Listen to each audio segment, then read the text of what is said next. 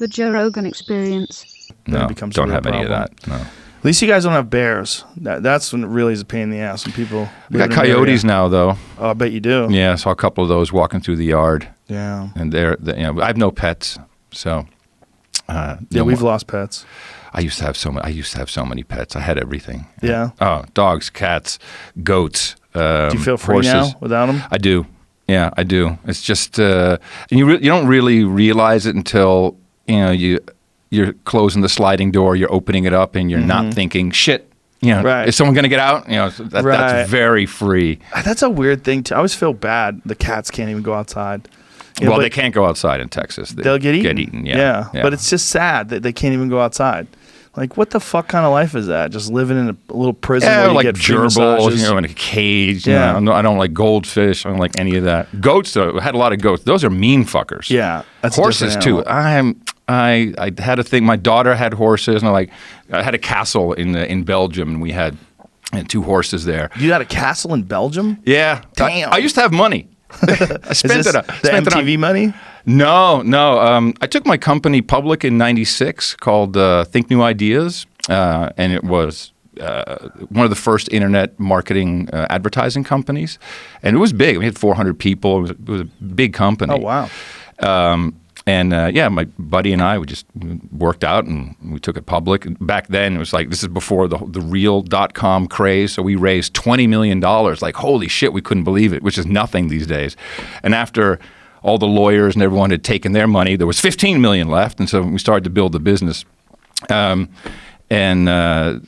were we talking about? Castle. You have a castle in Belgium. Yeah. So there was that. And then I'd also, at the time, someone had said, I did pretty well on the IPO, and not crazy, but okay. There was I learned what dilution means. I learned that pretty quick. But I'd invested $50,000 in some company, and then I'd in 2000, just before 2000, moved to Amsterdam, moved back to the Netherlands, and the bank called me, said, "You sitting down?" I said, "Yeah." I mean, "What's up?" He said, "You remember that company you invested in?" I said, "Yeah." It went public. It was Ask Jeeves. Oh, wow. And you now have $65 million. I'm like, oh yeah, on paper, Joe.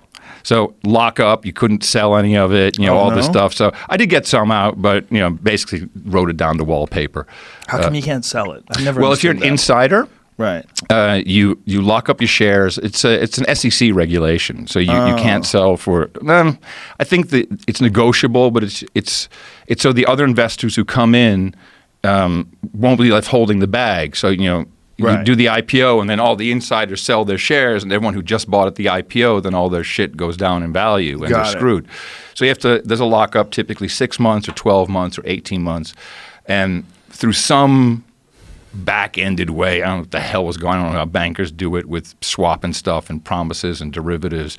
They were able to get some money out for me that I spent on helicopters and castles and all kinds of fun stuff. I've enjoyed the money. Yeah, well, that's good. Definitely. Glad I got the podcasting thing left. So, how'd you get back to Austin? I had the company in San Francisco. This was a different company, the podcast company, and I was living in London at the time, so I lived there for 5 years. Damn, you're an international traveler. Oh, I've lived in a couple places, and was going back and forth, San Francisco, London, and there was a breakup between me and my wife, and we got divorced, and so I stayed in San Francisco, and then moved to California. To Los Angeles for about a year. I always wanted to live in LA. I lived in the hills over by Highland, and it just didn't work for me. I was doing basically the podcast, and that shows like 12, 13 years ago, and I don't know. Maybe it was that area, but I really had nowhere else to go. And if I wanted to go somewhere, I'm just sitting in traffic all day. It's like if I want to go to the beach, no. I was with a woman at the time who was an actress. Never marry an actress, man. It's bad. I was warned. So she wanted to be in that general area, so it just wasn't working for me. And then I did a tour from Virginia down to Florida, the Gulf Coast, for the show with an RV, doing the show from the RV, meeting people, doing meetups. And it was just around the time when you had the BP oil spill in the Gulf, and so people were really depressed, and it was all messy, and was not a good vibe. And I was going to go straight up to Chicago, and a buddy of mine, Greg Lawley, who was one of the true last independent record promoters who I'd known from San Francisco, and I knew him from Chicago back from the radio days, and he said, "Oh, Adam, come to Austin. You'll love it. Come to Austin. You stay at my place. Come to Austin." Like, no, man, I'd never really been to Texas. Just like, that doesn't really interest me. I'm just going to go up to Chicago. And he just kept pushing and pushing as I'm driving up. And then he says, or I thought to myself, Greg is flamboyantly gay, single dad, adopted a kid from Ukraine. And if he's in Texas and he's still alive, it can't be that bad. So maybe it's just Austin. I don't know. So I visited him. And we did a meetup, and this is in the summer, so it's about 112 degrees. But that Austin heat is not too humid; it's doable.